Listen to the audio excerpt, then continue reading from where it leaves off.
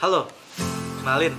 Nama saya Dewa Gede Chandra Trikrama dari NIM 180559073 dari Ekonomi Teknik kelas 3 reguler. Di sini saya akan membahas dua materi, yaitu direct gradient aritmatik dan tingkat suku bunga dan tahun yang tidak diketahui.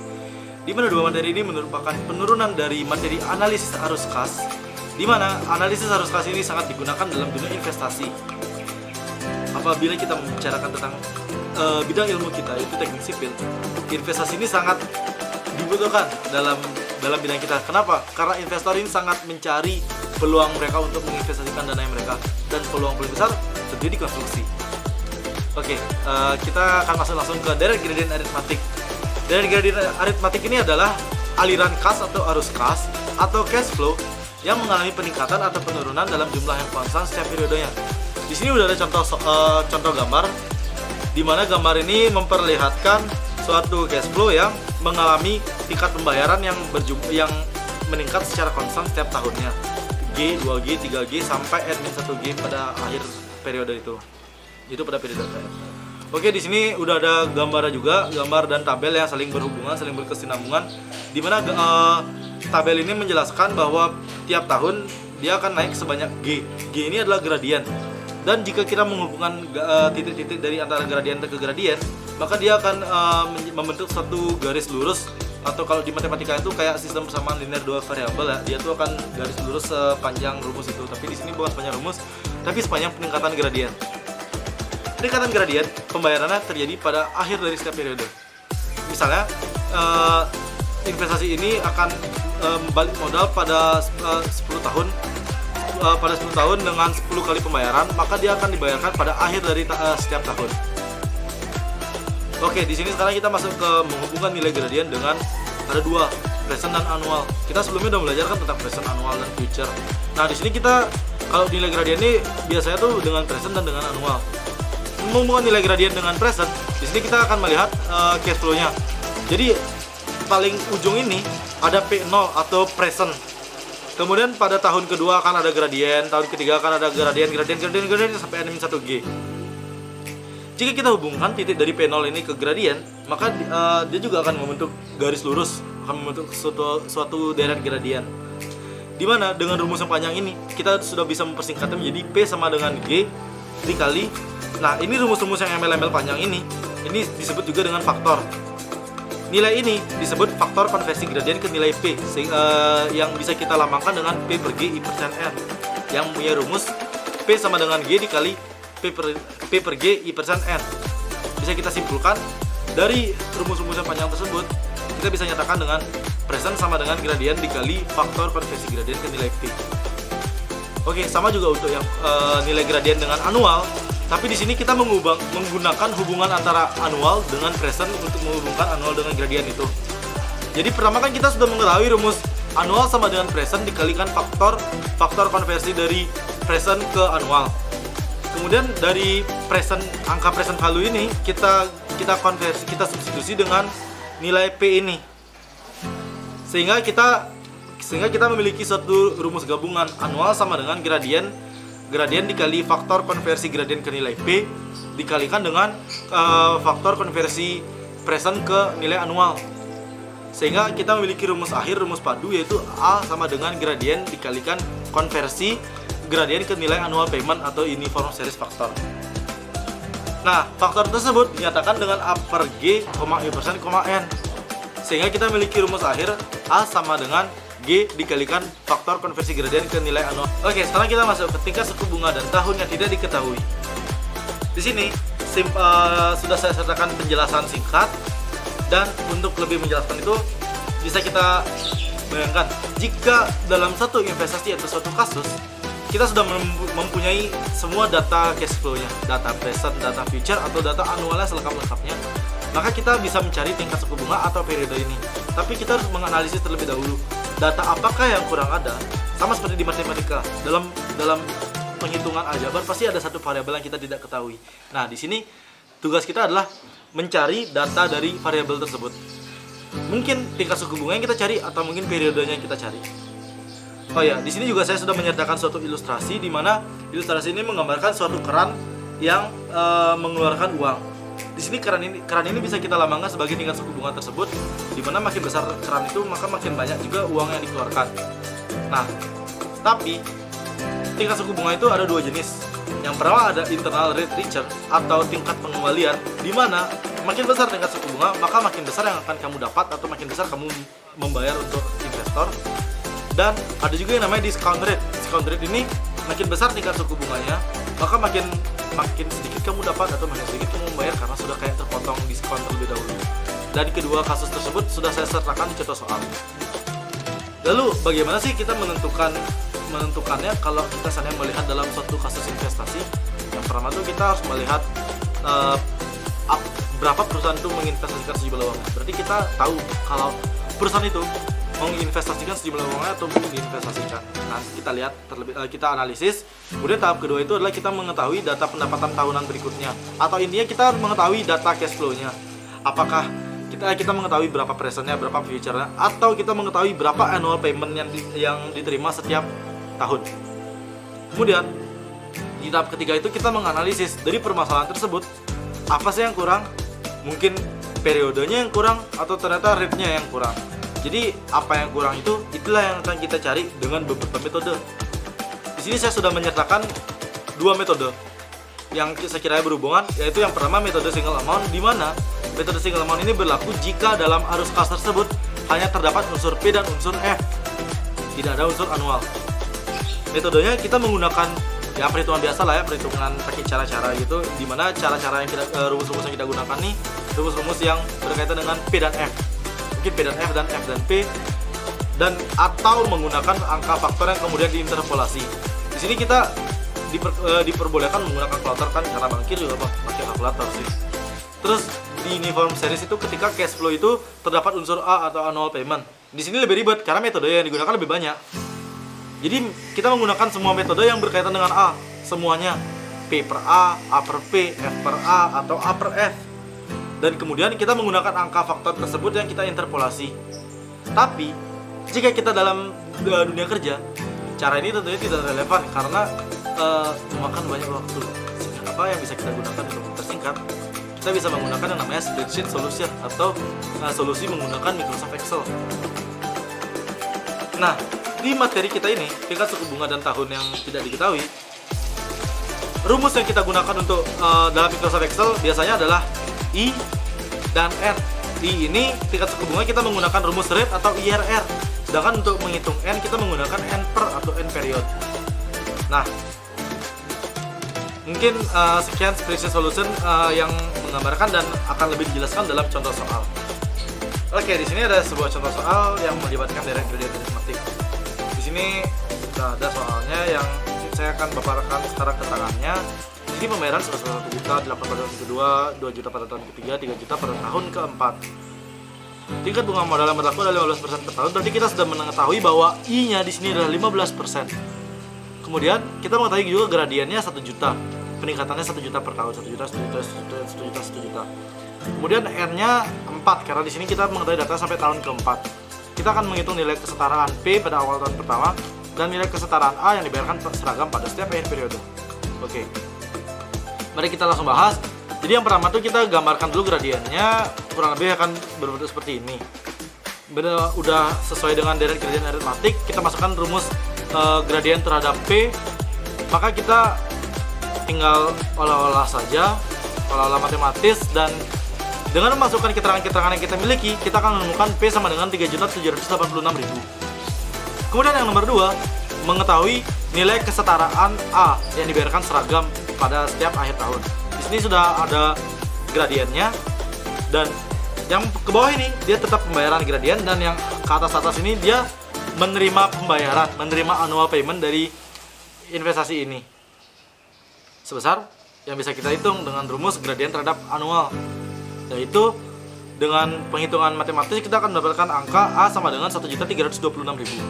Berarti kita mengetahui setiap tahun itu dibayarkan menerima sebesar 1.326.000. Oke, untuk yang nomor 2 sebenarnya soalnya sama, tapi di sini yang membedakan adalah arus seragam awalnya. Kalau yang tadi itu pertama dia tuh nggak ada arus seragam awal, tapi dia langsung gradien 1 juta. Kalau yang di sini ada arus seragam awal, yaitu 500.000, dan meningkat sebanyak 100.000. Berarti kan ini sudah kelihatan banget ya, ada gabungan dari beberapa gradien, sehingga kita nanti harus menggambarkan gabungan gradien itu sendiri, rumus gabungan juga. Dan di sini kita juga mengetahui I-nya 15% dan R-nya 4. Langsung aja kita bahas. Nah, di sini karena pembayarannya berbeda, maka tidak bisa langsung kita pakai rumus awal, sehingga diagram itu harus dibagi, rumusnya pun juga dibagi gitu. Dari diagram yang begini, yang kurang lebih secara keseluruhan, kita bagi menjadi diagram bagian pertama ini yang melihatkan arusnya saja, arus seragamnya saja yang A-nya sama dengan 500.000, dan diagram bagian kedua yang arus seragam, ditambah gradiennya. Tapi di sini gradiennya kita gambarkan 100.000 saja, dan yang untuk yang 500 ini typo, ini mestinya 200. Jadi ini tambah ini sama dengan ini, itu kesimpulannya. Oke, jadi bagaimana sistem pengerjaannya? Di sini untuk mencari nilai P kita tuh harus menjumlahkan. Berarti P0T sama dengan P0A ditambah P0G. Untuk yang P0A ini kita mengetahuinya dengan rumus PA. Rumus PA di sini kita tinggal masukkan saja faktor anual terhadap P, dan kemudian kita gabungkan dengan rumus gradien terhadap P, sehingga dengan perhitungan kita akan mengetahui P0T sama dengan 1.806.100. Kemudian untuk yang menghitung kesetaraan nilai A, kita juga melakukan hal yang sama, yaitu menjumlahkan nilai A dari diagram yang tengah dan nilai A dari diagram kedua. Untuk yang diagram tengah, langsung aja tanpa rumus basa-basi, karena A-nya sendiri sudah kita dapat, yaitu 500.000. Dan untuk yang diagram kanan, kita harus di sana kita menggunakan rumus gradien terhadap anual, sehingga dengan perhitungan kita mendapatkan anual total yang dibayarkan tiap tahunnya adalah Rp632.600. Kurang lebih itulah dia pemanfaatan rumus-rumus dari gradient aritmatik dengan rumus-rumus PAF lainnya. Oke, setelah kita masuk ke materi 3 suku bunga data yang tidak diketahui dengan kasus yang pertama, itu single amount. Di sini sudah saya berikan contoh soal dan akan saya berikan keterangan-keterangannya. Jadi yang pertama yang bisa kita analisis adalah present value-nya yaitu $30.000. Kemudian future value-nya yaitu $50.000 dan N-nya yaitu 5 tahun. Dan di sini kita disuruh untuk mencari tingkat pengembalian atau internal rate of return. Mari kita langsung bahas saja. Yang pertama ini kita kerjakan secara teknis matematis, yaitu present sama dengan future dikali faktornya, faktor dari future terhadap P. Oke, dengan masuk-masuk, kemudian kita mendapatkan suatu angka 0,6 sama dengan 1/1 plus I pangkat 5 sama dengan faktor dari future terhadap present. Sehingga setelah kita kalkulasi lagi, kita akan menemukan angka I sama dengan 10,76% per tahun. Tapi cara ini juga bisa kita kerjakan dengan satu metode lainnya, yaitu metode interpolasi. Di sini metode interpolasi ini adalah metode kita melakukan pendekatan terhadap nilai 0,6 terhadap faktor itu. Pendekatannya itu kita melihat dari tabel suku bunga yang ada di atas dan akan saya berikan di link. Kemudian kita mencari pendekatan dari I1 dan I2 yang kita temukan ini bisa dengan cara melihat tabel suku bunga maupun memasukkan ke rumus faktor tersebut. Cara manapun terserah, enaknya saja. Kemudian setelah kita menemukan I1, I2, PF1, PF2 dan PF, maka kita akan mencari I dengan rumus interpolasi segitiga yang sekiranya tidak usah saya jabarkan lebih lanjut. Di sini sudah bisa dilihat pengerjaannya. I sama dengan 10,76% pada akhirnya. Dan sekarang kita akan masuk ke uniform series. Di sini uniform series saya berikan suatu contoh soal yang sekiranya berkaitan dengan permasalahan investasi dalam kehidupan teknik ya. Di sini diberikan bahwa suatu perusahaan itu akan berinvestasi $5.000 per tahun untuk sebagai dana cadangan modalnya. Berarti $5.000 ini adalah A-nya, annual payment-nya. Kemudian pada suatu kasus $5.000 ini didepositokan selama 15 tahun, berarti N-nya 15 tahun, dan mencakup pengerjaan ulang yang membutuhkan dana US dollar 100.000 pada tahun ke-15. Berarti pada tahun ke-15 selain perusahaan ini membayar untuk dana cadangan modal, tapi dia mengambil 100.000 untuk pengerjaan ulang itu. Maka yang kita cari dari sini semua sudah ada, yang belum hanya tingkat pengembalian atau internal rate of return. Di sini kita bisa melakukan penghitungan manual dan juga spreadsheet Excel. Jadi untuk pembahasan kita tinggal memakai rumus anual terhadap future. Dengan AF itu, maka kita akan menemukan faktor dari future terhadap anual itu adalah 0,05.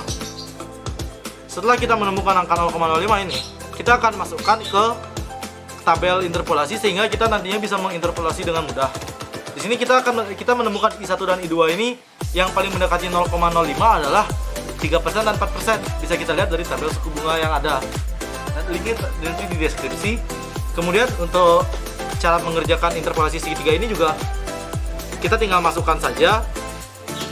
Melihat teknis matematis ini kita akan mendapatkan hasil akhir bahwa I sama dengan 3,98%, di mana kita bisa memberikan statement bahwa tingkat pengembalian itu adalah 3,98%. Dan ini adalah cash flow-nya dari tahun ke-0 sampai tahun ke-15, di mana kita bisa melihat bahwa di tahun ke-15 itu terdapat pembayaran ke bawah dan terdapat dana ke atas, di mana itu berlaku sistem penjumlahan yaitu 100.000 ditambah minus 5.000. Kemudian di sini bisa kita jelaskan juga dengan metode spreadsheets yang kita akan menggunakan rumus rate dan rumus IRR.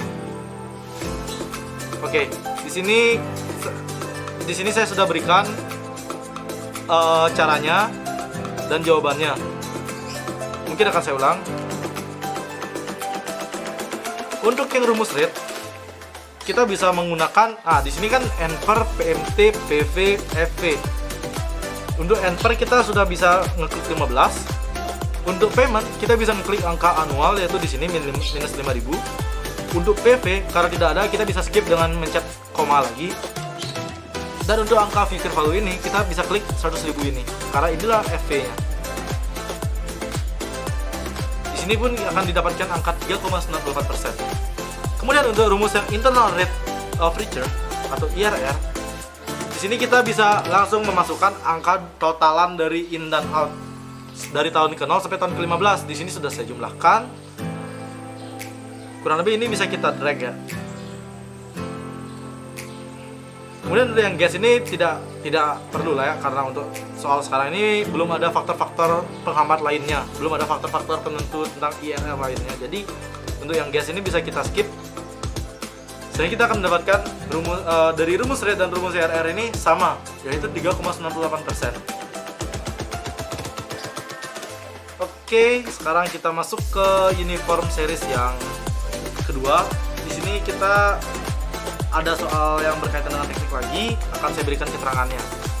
Jadi perusahaan ini berencanakan untuk mendapatkan pendapatan tahunan yang sebesar 50 juta US dollar. Inilah A-nya. Kemudian analisis yang 50 juta US dollar ini diperkirakan berdasarkan analisis pada angka pengembalian 10% per tahun atau minus 10% per tahun. Namun dari pihak perusahaan ternyata membuat suatu statement bahwa pabrik lainnya menunjukkan investasi yang dengan tingkat pengembalian 20% per tahun.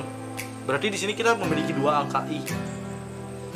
Kemudian kita di sini diminta untuk tentukan periode pengembalian, artinya N, yang diperlukan untuk tingkat pengembalian 10%, 15% dan 20% per tahun atas investasi sebesar 200 juta US dollar. Berarti 200 juta US dollar ini presentnya.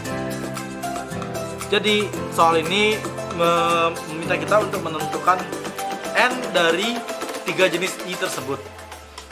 Kita akan mengerjakan dengan perhitungan manual dan juga spreadsheet Excel. Untuk yang pengerjaan manual, kita di sini menggunakan hubungan antara PA. Jadi di sini walaupun P itu 200 juta min, karena dia itu mengucurkan uang, mengeluarkan uang, berinvestasi itu kan dia mengeluarkan uang. Meskipun dia min, tapi dalam rumus apapun yang min itu kita buat tetap dalam bentuk positif, sehingga P sama dengan A dikali faktornya. Kemudian kita bisa langsung langsung masukkan angka P dan angka A tersebut, sehingga kita mendapatkan bahwa faktor dari annual terhadap present itu adalah 4. Kemudian dari angka 4 ini kita bisa menentukan N dari masing-masing I.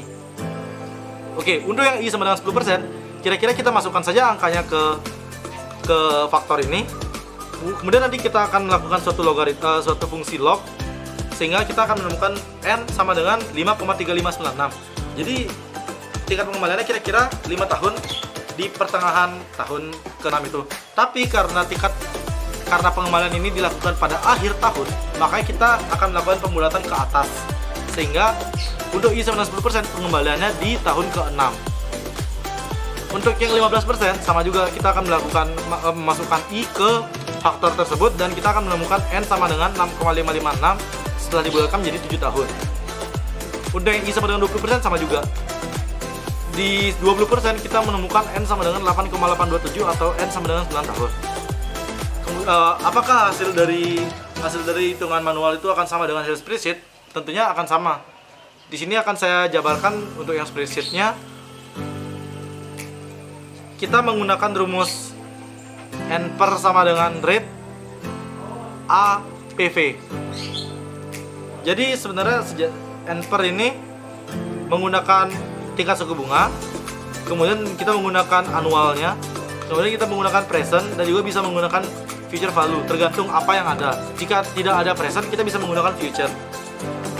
Oke, untuk kasus ini karena ada present, berarti kita bisa langsung masukkan rate, PMT nya tuh yang A, kita bisa lakukan kunci, kemudian kita masukkan juga angka P nya, kita bisa kunci juga karena nanti akan kita drag ke samping. Kemudian ini tinggal kita langsung geser. Jadi kita ketemu 10%, 15%, dan 20% hasilnya sama.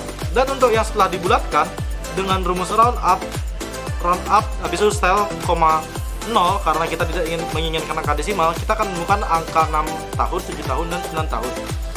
Jadi kurang lebih untuk mempermudah pekerjaan kita bisa melakukan penghitungan ini di spreadsheet Excel untuk nanti kalau kita sana udah kerja. Dan cash flow untuk investasi dengan I sama dengan 10%, 15%, dan 20% ini bisa kita lihat di cash flow tabel ini. Di cash flow tabel ini, untuk 10% kita bisa melihat di tahun ke-6 sudah terjadi pengembalian dana sebesar 217 juta US dollar. Sehingga jika kita lihat I sama dengan 10% ini lebih cepat pengembaliannya dan bahkan lebih banyak dapatnya. Untuk yang 15%, dia baru kembali modal pas tahun ke-7, itu pun mendapatkan 208 juta US dollar. Untuk yang 20% didapatkan pada tahun ke-9 dengan angka 201 juta US dollar. Sehingga kita sudah melihat 10% ini jauh lebih cepat pengembalian dananya, dan kita bisa simpulkan bahwa jenis suku bunga ini adalah suku bunga yang discount rate atau dia akan terpotong. Sehingga kita bisa bilang makin besar tingkat suku bunganya, maka makin lama pengembaliannya. Mungkin sekian presentasi saya. Akhir kata saya ucapkan terima kasih.